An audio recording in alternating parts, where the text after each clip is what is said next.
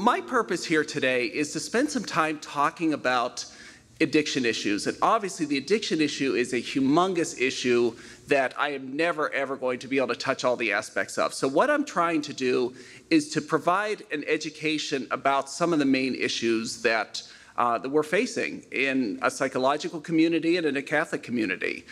One of the real challenges as well, and I've seen this both in community mental health where I work there, but then also at Catholic Charities where I've been for about 2 years, is that a lot of people, unless your focus is really on addictions, a lot of people don't understand a lot about addictions. And I've had some people who actively try to stay away from the addictions part because they just don't want to deal with that particular group of people. So working with that group of people, I can understand that sometimes, but I think no matter what kind of work you do, you're going to have to face addiction issues. And that's what I want to spend some time talking about today.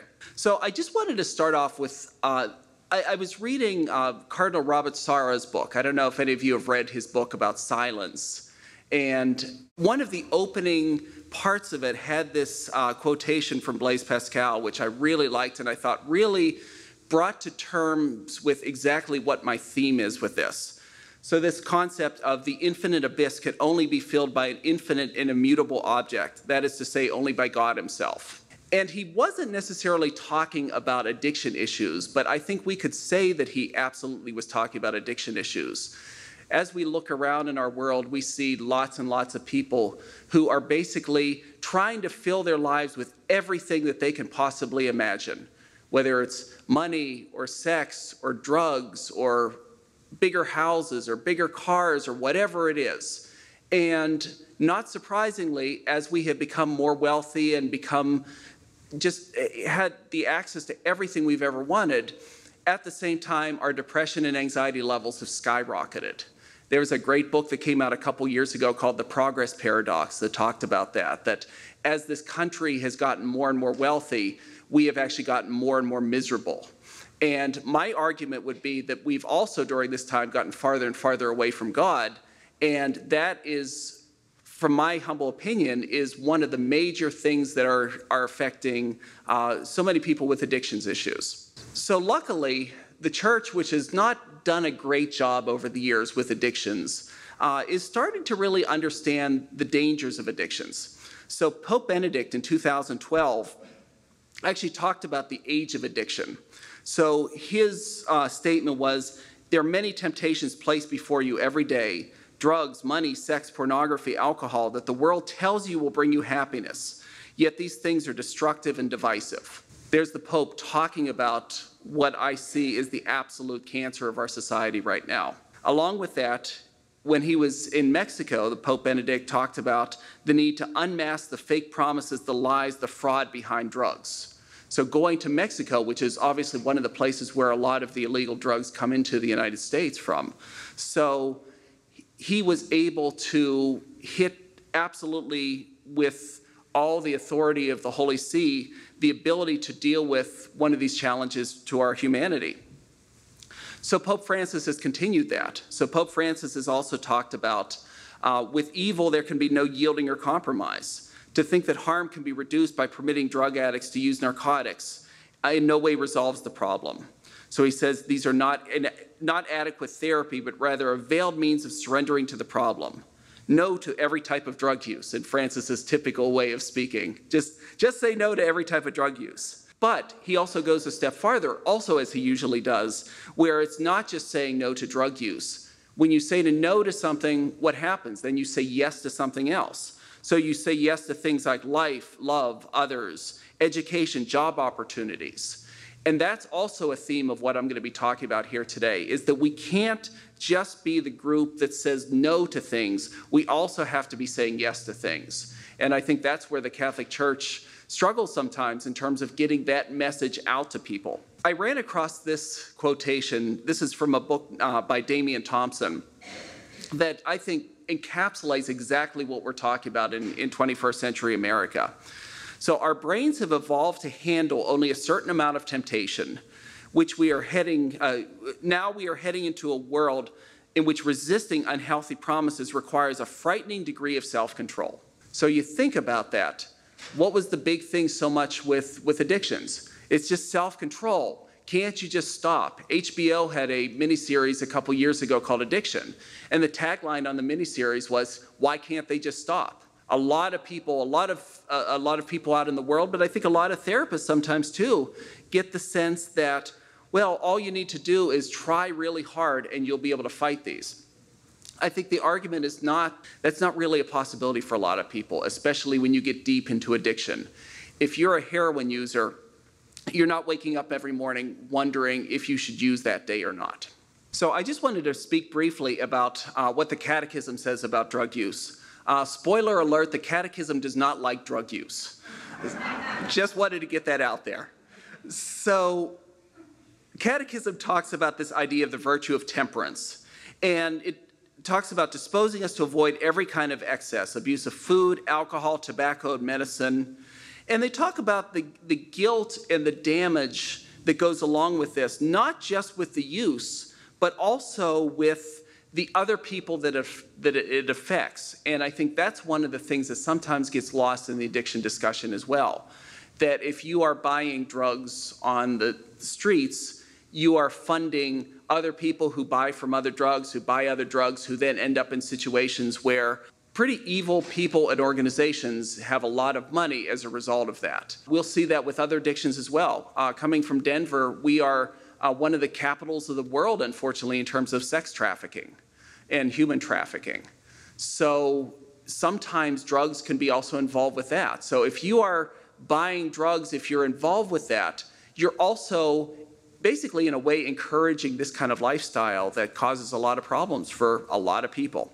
So briefly, these are my goals for today. So one is, what is meant by addiction? And again, I could spend hours talking about that, but I just want to hit the basics. Again, just to help those of you who maybe don't work with addiction patients very often, just a sense of what that means.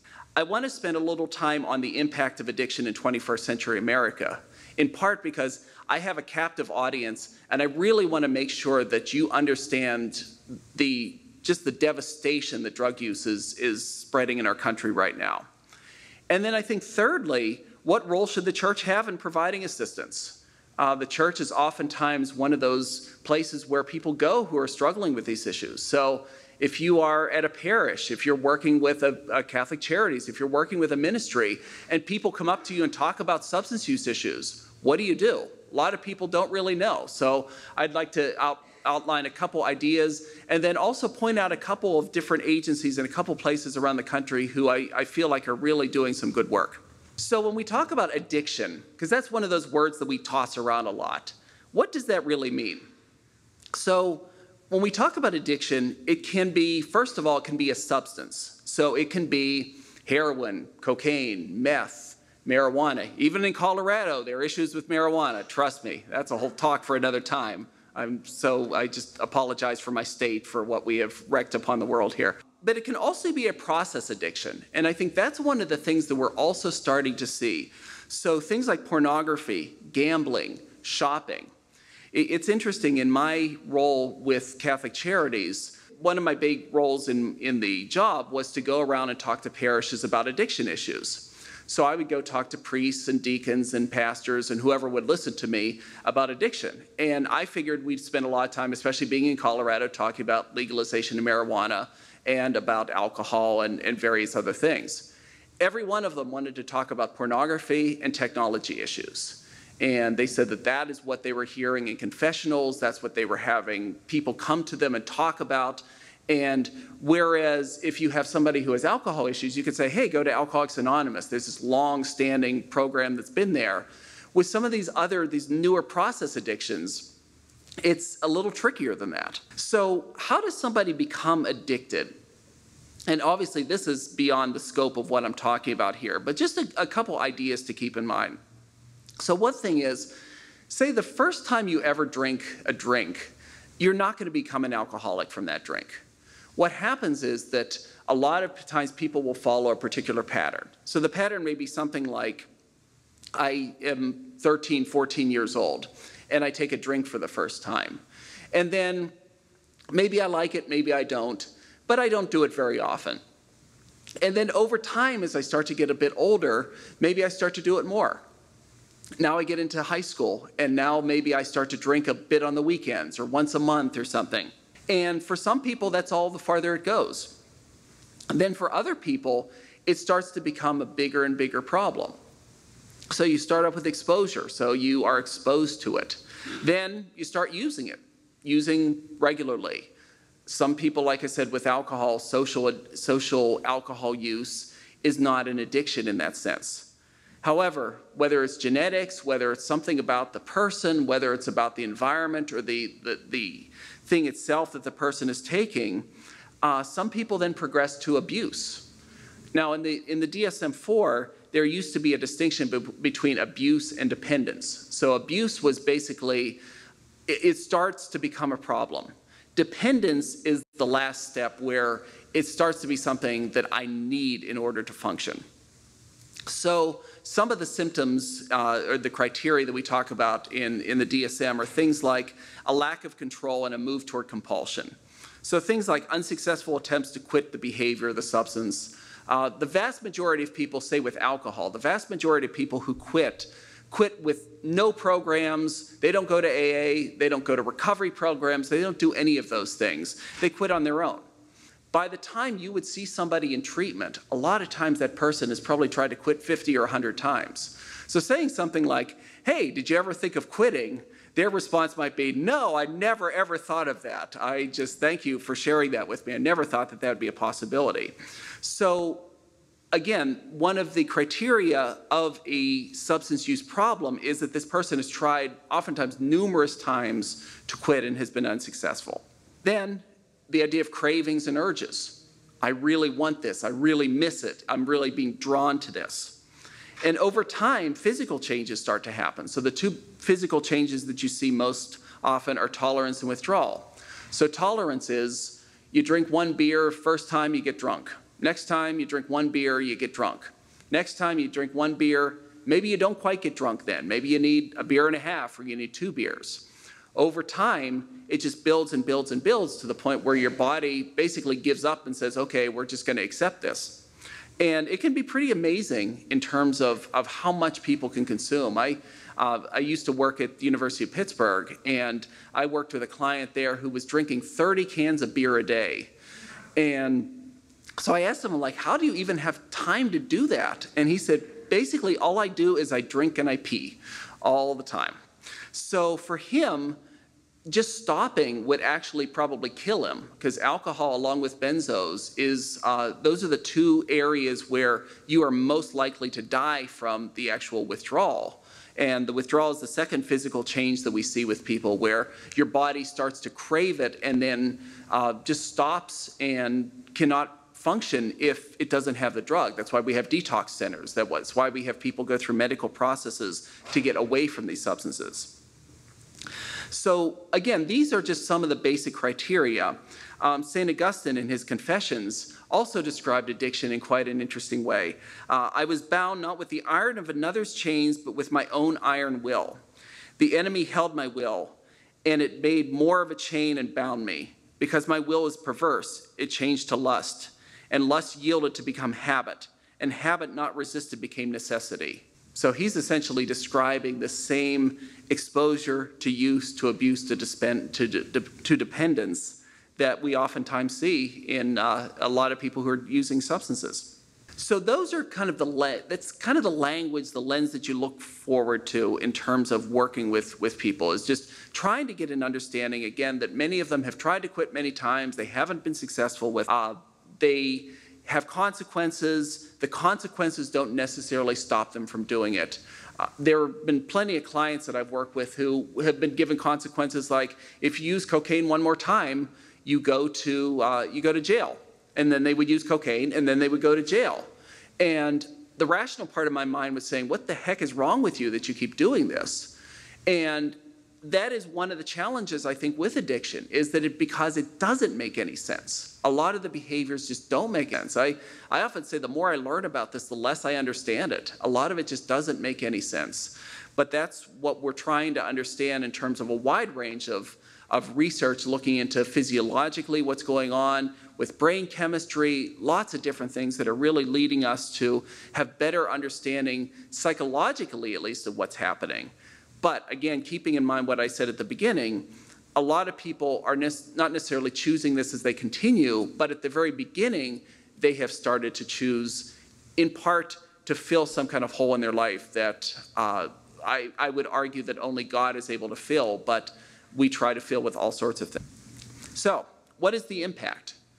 So, unless you have been living under a rock, you understand that a lot of substance use problems are happening around the country. And I just wanted to hit on a couple things. Again, I've got a captive audience. I want to make sure that you're aware of this because these are things that you are going to be seeing in your own practices. So, for instance, U.S. Surgeon General estimates that 27 million Americans have issues with illegal drugs, prescription drugs, or alcohol. So that's about maybe one out of every 11 people. So 8, 9, 10% of the population has some kind of problem that is diagnosable with some kind of substance use issue. Of those, only 10% get some kind of meaningful.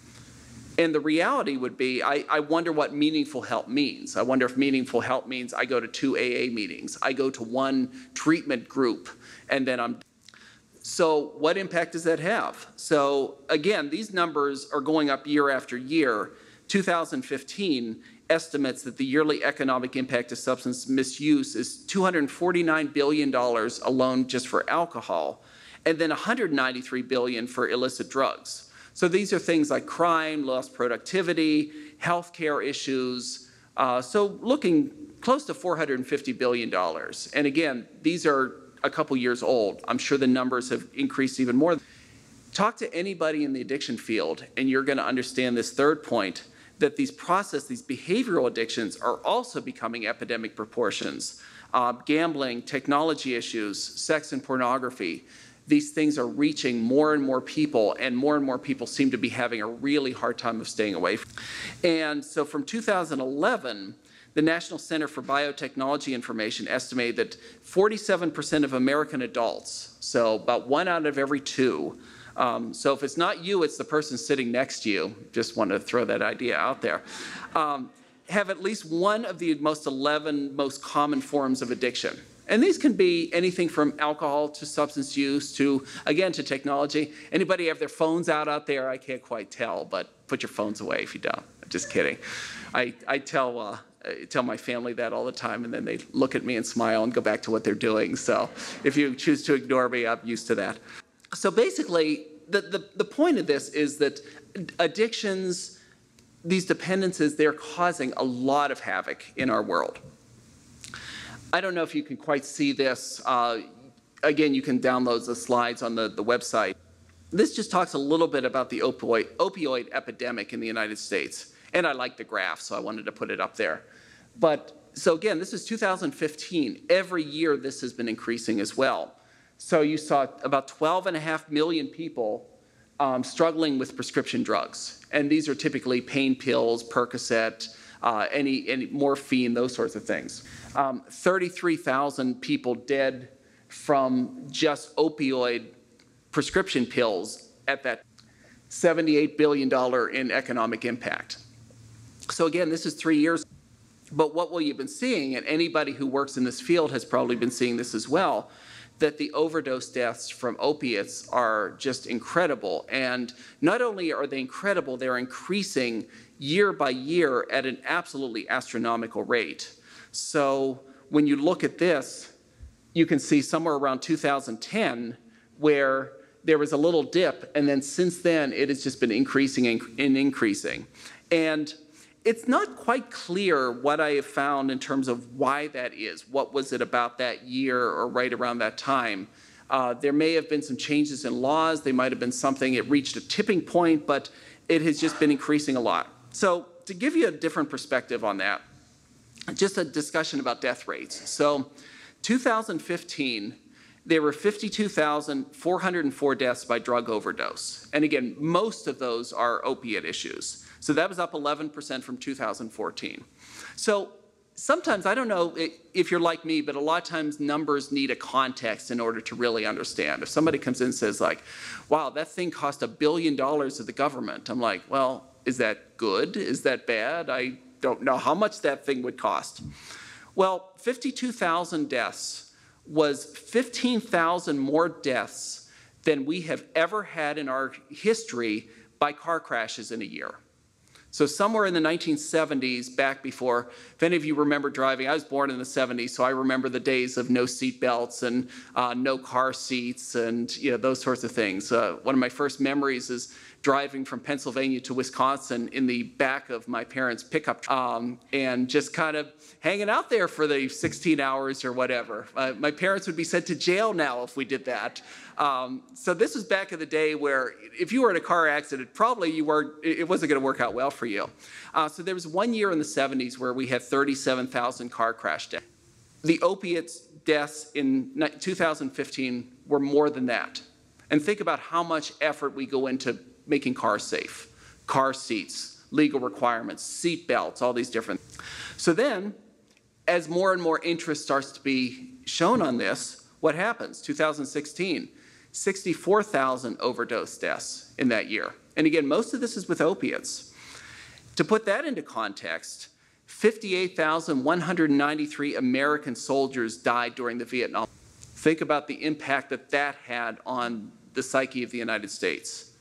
In 2016, we lost more people because of drug overdose than in the entirety of the American soldiers in the Vietnam War. And 43,000 deaths occurred during 1995, which was the peak of the HIV and the AIDS epidemic, before the drug the medications started to take control and started to really, this was more than that. And think about the impact that that is having on so many societies, so many people. I doubt there's anybody out there who hasn't been touched in some way by opiate overdoses, especially if you're working in this field. You're going to see these problems over and over and over. So again, there are many, many issues that are happening in terms of substance use. We know that death rates are, maybe the numbers are going up in part because we're paying closer attention to it.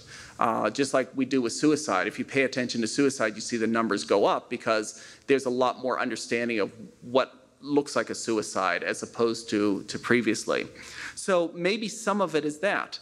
But I would also argue that some of it is just that the medications, that the different things that we use now are so much more dangerous, and people don't always realize exactly what's happening.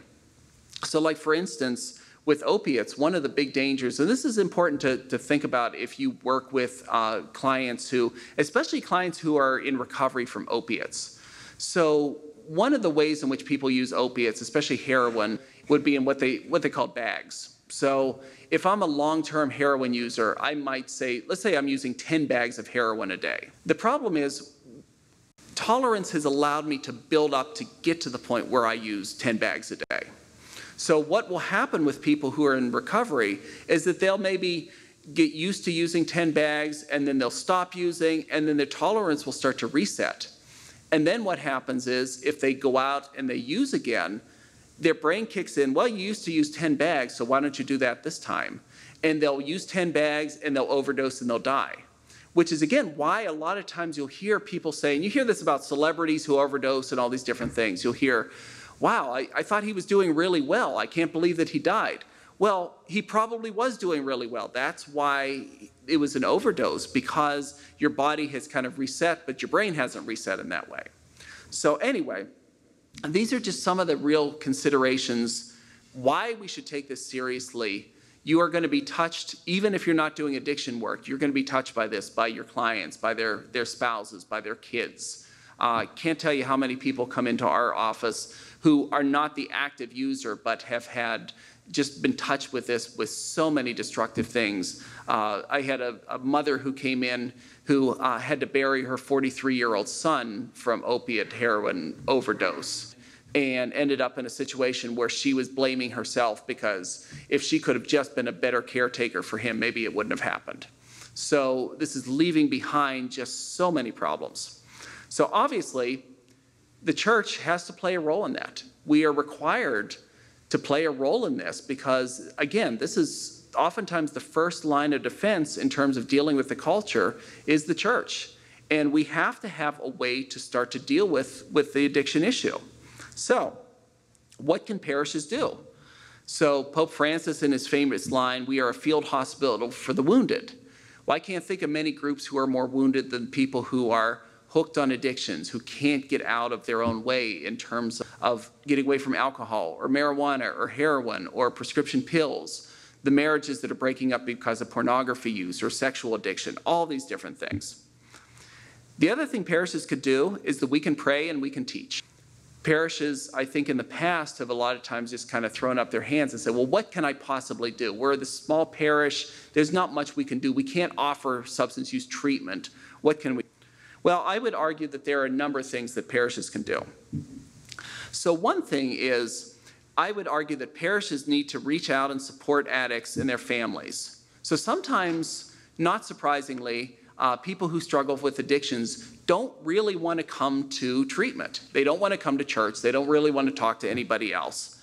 But their families may be actually more interested in doing that. So we also need to reach out to families of addicts in order to help bring them in, to help potentially get their sons and daughters into treatment settings. So at the same time we're doing that, I would argue that we also need to be working to prevent addictions at school and parish. I mean, many of you, I'm sure, know that it is a lot easier to prevent something than it is to actually fix it once it's happened. And that's where there has to be a lot of good understanding about what works and what doesn't with adolescents, with schools. How do we lay down a frame of reference for young people to not seek out substances in the... The other thing, and I would say that this is probably the most critical of all of these, is that parishes, and by parishes I'm not just meaning the church, I'm meaning dioceses, archdioceses, I'm talking about ministries within the church, need to learn to network. That's what we're doing here, right? We're networking. We're meeting other people across the country who do the kind of work that we do. I would argue that parishes need to do that same thing. We need to interact with a network of treatment providers in the area. So again, the church has limited resources, and I don't know of many churches that can provide direct detox beds or residential programs or something like that. But there are programs out there who will do that. So the church needs to find a connection in terms of how to work. I would say just as importantly, we have to learn to provide a countercultural message to addiction mentality. So think back about what Pope Benedict was saying a few minutes ago. This idea of the culture is drawing us to so many things. It's drawing us to alcohol. It's drawing us to sex. It's drawing us to drug use. It's drawing us, I would argue, just as much with overconsumption and with just the craziness of our world. It's drawing us with technology. If we have the newest iPhone, we're going to be better. We're going to feel better. We're so susceptible to those kinds of messages. The church cannot just be a group of people saying no. How many times do we hear that, right? We hear that all the time in the same-sex marriage debate. Well, what was it? The church just says no. Church doesn't want us to live, doesn't want us to do things. That's the way the media presents that. We have to take advantage of using what we have, using the abilities that we have to reach out into the communities to teach why people shouldn't be using drugs. Not just, don't do drugs, okay, have a nice day. We have to do something beyond that. So along with that, there are some other goals that I would argue that parishes have to be involved with. So one is, remember that line before, we can pray and we can teach. I would argue that increase in understanding of addiction is a spiritual affliction, while also recognizing it's not just a spiritual thing. This is not just you need to pray harder and your addiction's going to go away. Because I think sometimes in the past the church has argued things like that there's something wrong with you if you have an addiction. We also have to utilize the very best scientific research, evidence-based treatments that are out there. And again, this involves networking. This involves finding ways to figure out what is on the cutting edge of substance use treatment and utilizing those sorts of things. In that way, we also want to provide opportunities to hear from substance use providers in their areas. And this is one of the things that I have tried to do at Catholic Charities, is to go out and be part of panel discussions, be part of presentations, talking about substance use issues for parents, for parishioners, for people who are involved with this. And sometimes it's also just about kind of clearing up just misunderstandings about things. So like for instance, so in Colorado, so lucky us, we were #1 in the country in terms of legalizing marijuana, okay? The problem with that is a couple things. So one is that there was not a really good understanding of what exactly that meant. Because for a lot of people, there was an understanding of, well, marijuana was that thing that I used to use back in the 60s and 70s, and it's not that big of a deal. Well, scientifically, if you look at it, there are some major changes and major differences between marijuana now and the way it used to be. So like, for instance, when Jimi Hendrix was playing Woodstock back in '69, a joint maybe had 3, 4, 5 parts THC, 3, 4, 5%. What you're seeing now is if you come to Denver, you go to a dispensary. We have more dispensaries in Colorado than we have Starbucks, and that's saying something because we have a heck of a lot of Starbucks. You can choose different strains, you can choose different intensities, all these different things. And what you're going to end up with is probably 20 to 25% pure THC. So that's like 4 or 5 time increase. Along with that is there's a particular type of use that especially a lot of young people do called dabbing.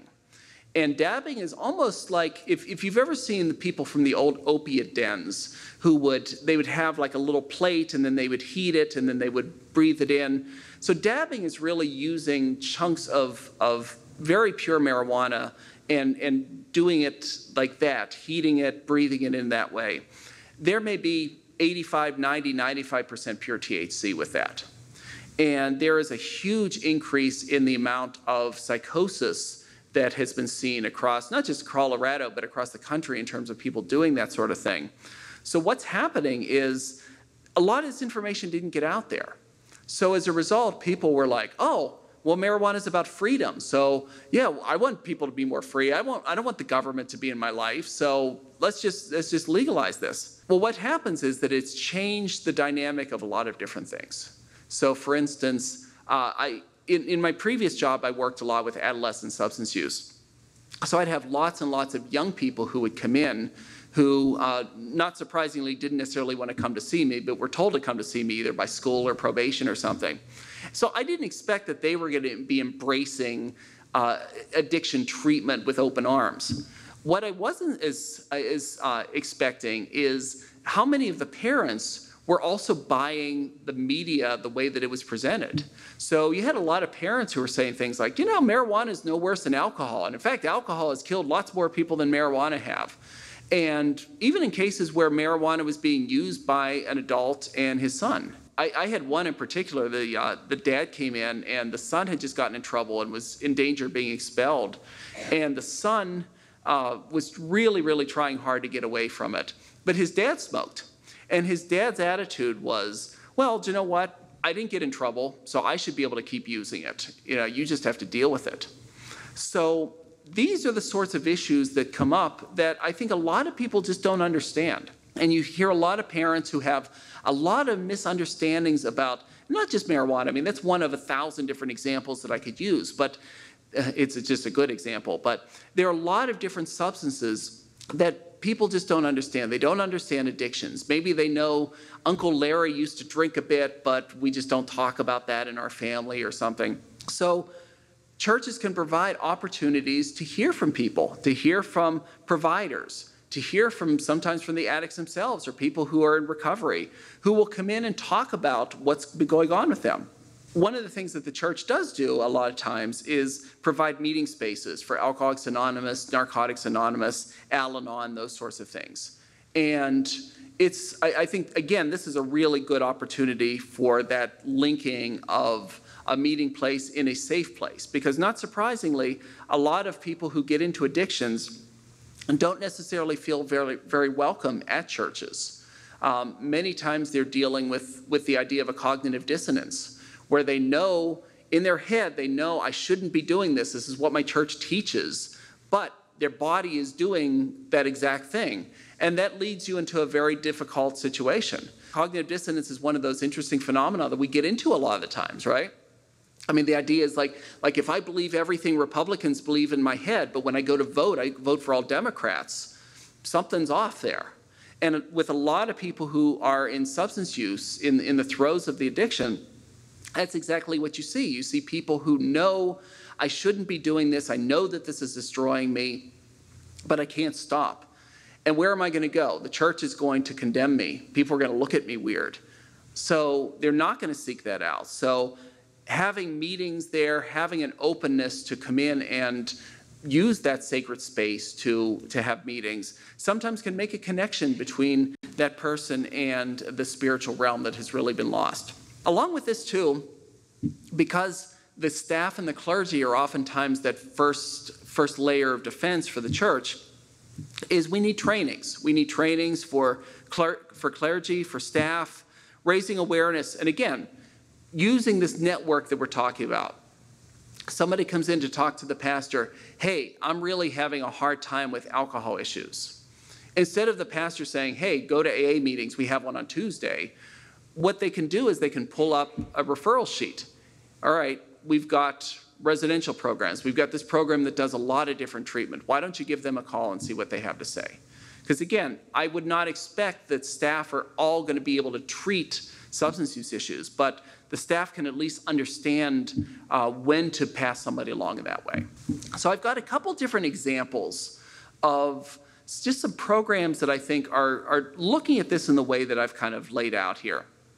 So I would argue, especially when we're looking at addictions, so theology of the body, which I'm sure many of you are familiar with, a series of talks by St. Pope John Paul II, really was focusing a lot on human sexuality. But I think the argument can very easily be made that theology of the body can just be about, not just the sexual aspect of life, but also about our interaction. And this line here, the physical world makes visible the invisible realities of the spirit. Addiction can play a role in that. We can utilize theology of the body in a lot of ways to help people better connect with themselves, to become those better versions of themselves, and to really focus on how can I change to live my life in a way that reflects my higher being, who I'm supposed to be. And again, as John Paul talked about, the resurrection of the body and redemption in Christ have implications for how we understand our bodies. So how do we understand our bodies? We need to understand the sacredness. We have to, the body is not just disgusting. It's not just this vessel that we toss away. That's the emphasis of theology of the body.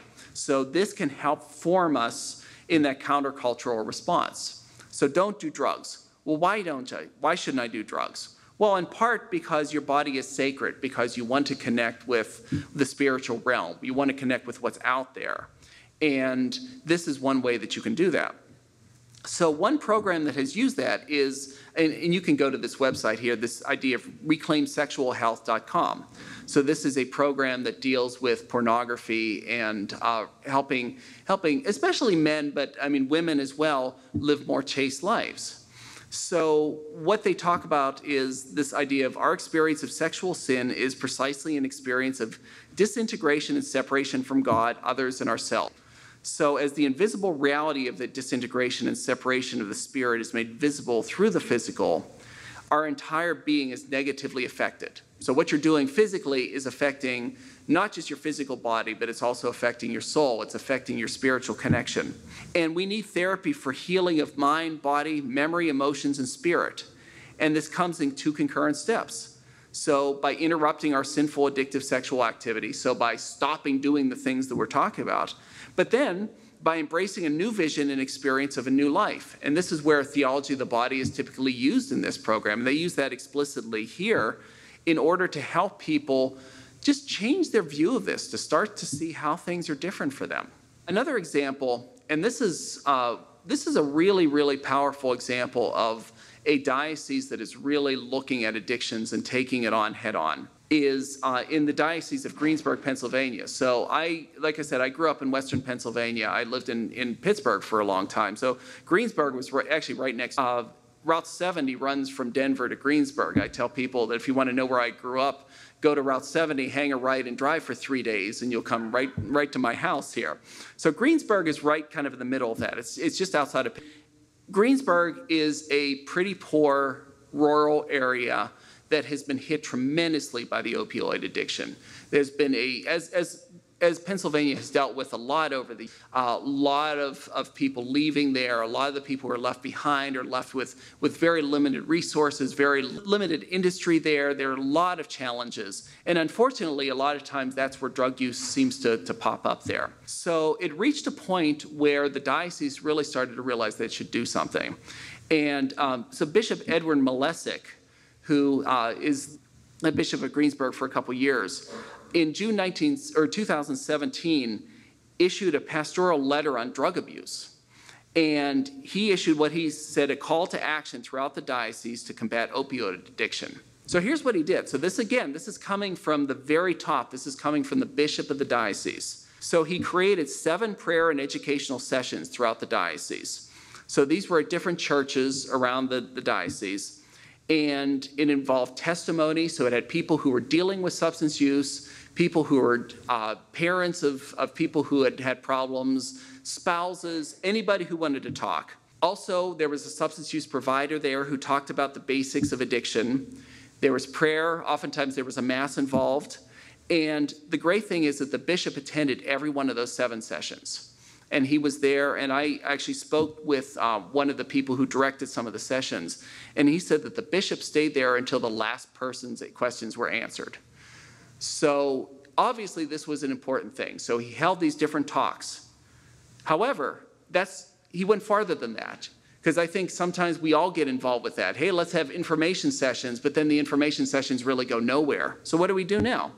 So he also invited local treatment providers to be present. So like we were talking about before, that interconnection of, okay, we've got a problem with substance use. What do we do? How do we refer you? How do we get people out there who are going to be able to help you in a way that maybe we can't? So along with that, they also started to provide these educational initiatives in school health classes and youth ministry. And again, obviously drug use has been talked about many, many times in health classes. The DARE program has been out there. The DARE program is one of those programs that a lot of school districts will do it because it just doesn't, it seems like they're not doing anything, so they might as well bring DARE in. I've never seen a program as despised as DARE at the research level. It seems like it actually causes a lot more problems than it actually does. So you have to find ways, and again, this is the way to connect with recent treatment, with what's out there, what kind of research is out there, what works and what doesn't. So let's have some initiatives. Let's work on prevention, that sort of thing. And then on top of that, so Bishop Malesic also talked about this, moving to a series of clergy and parish staff trainings to raise awareness of addiction. And again, this connecting individuals with local services in their communities. So again, you're trying to set up a situation where the church is not responsible for everybody, but the church is making those connections and bringing people to where they can get the most help. So a third one is Sam Scripps. And we have Mr. Sam Scripps actually in the audience right now. I'm not going to point him out. You guys can find him later. It's like, where's Waldo? But he is actually one of the vendors here. So Sam Scripps was created by Eric Virginius, who focused on, initially, he had been a substance use treatment provider. And correct me if I'm saying anything wrong. He had initially started to write a monthly column in the Florida Catholic in Palm Beach, and was just talking about substance use, was talking about addiction issues, because really nobody else was doing that. And it is now expanded, and this is, I'm in no way affiliated here, but this is what it says on the website here, a consultation, education, and training resource of faith communities that desired establishing a substance addiction ministry to serve its congregations. So the idea is that there would be trainings done, and to date, over 20 dioceses, archdioceses, other retreats for clergy and lay parishioners who would talk an awful lot about how to do the things we're discussing here. So again, you're not training people necessarily at the parish level to be practitioners. You're training them to recognize substance use issues and then to change the way that the church handles that.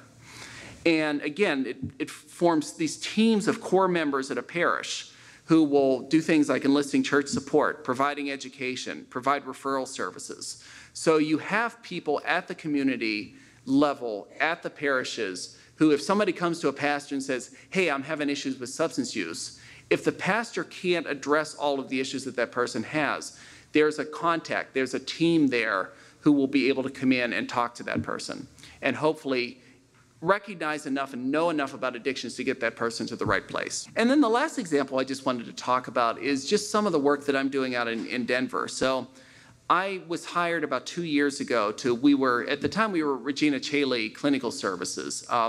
Very interesting though. So Regina Caeli, for those of you who don't know, means Queen of Heaven. Lots of Catholics and non-Catholics have no idea what that means. So we would get lots and lots of phone calls. Hey, can Regina see me? Is Dr. Caeli available? So we actually rebranded back in September, and well, we also moved to a new location. So I joke that we went into the Therapy Witness Protection Program because we changed our location, our name. Now nobody can find. So we are now Sacred Heart Counseling, and we're actually in the process of rebranding it again. We're merging with St. Raphael Counseling in Denver, and they're going to be brought into. There's another Catholic organization in Denver. We're going to be working together to really combine our services as best we can. At this time, we'll have about 20 therapists in the Catholic Archdiocese under Catholic Charities who will be doing authentic Catholic teaching and therapy. So I was hired 2 years ago, and several name changes ago, to focus on a couple different things. And surprisingly, although this clinic had been around for a couple years, there had never been anybody who really focused on any kind of addiction or substance use issues. So I had really three main things that I was doing. So one is to provide direct services to individuals. And like I said, it's not only the people who are dealing with the substance use, but also a lot of times parents with adult children, other people who just don't have anywhere else to go, people who want a Catholic experience with therapy, but don't know where to go. I've had plenty of clients who've talked about going to secular therapists who will get into situations where the secular therapist will talk about anything at all, but if you bring up a spirituality or religion, I've had clients who've said, hey, we don't talk about that here. You know, the therapist actually has told them that. So at that point, they really had nowhere else to go. So we were working to provide an opportunity for them to come to get that Catholic perspective. I've also been trying, again, to increase education and awareness within Catholic Charities itself. So some of the things that I've done is we have one of our flagship programs at Catholic Charities is what's called Samaritan House. So it's a program that there are several hundred men, women, veterans, families who are homeless who come there. It's not just a homeless shelter. They actually work with people in terms of improving finances and doing those sorts of things. Well, not surprisingly, many of those people also have substance use issues as well. So, and again, not surprisingly, a lot of the staff who are there are pretty young and they're not well trained in that. So I've tried to interact with them as well. Marisol Homes is a shelter for single mothers with children, trying to work with the staff there. So again, I'm doing just my part, but it can't just be me. It can be other people in other places. If you have addiction backgrounds, if you have these sorts of skills, to spend some time talking about programs like this, talking to homeless shelters, talking to the agency if you work in an agency, understanding how to incorporate this not just into treatment, but into just a general understanding of this is part of the person. This is part of who you're dealing with, and how do we do a better job with this? I would just kind of conclude with, again, this idea that with substance use, it is pervasive in our society. It has been around forever. It will be around forever. But we as a church have to do a better job. And we have the opportunity to do that. There are many resources out there. There are many people who are willing to do this work. And the reality is that there are lots of people who need this as well. So if you're looking for an opportunity to get involved with ministries where you can really provide some solace for people and really understand how to improve people's lives, I would argue that this is one of the best ways to do that.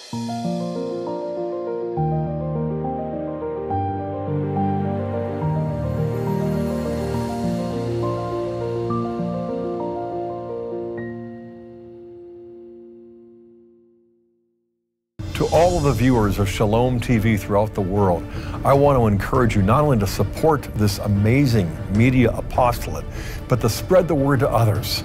We all know how the internet and mass media are polluting the world with the poison of pornography and so much other forms of materialism. This is the source of eternal life, the gospel, and Shalom TV is consecrated to spreading the word of Christ. Thank you. Shalom World, God's own channel.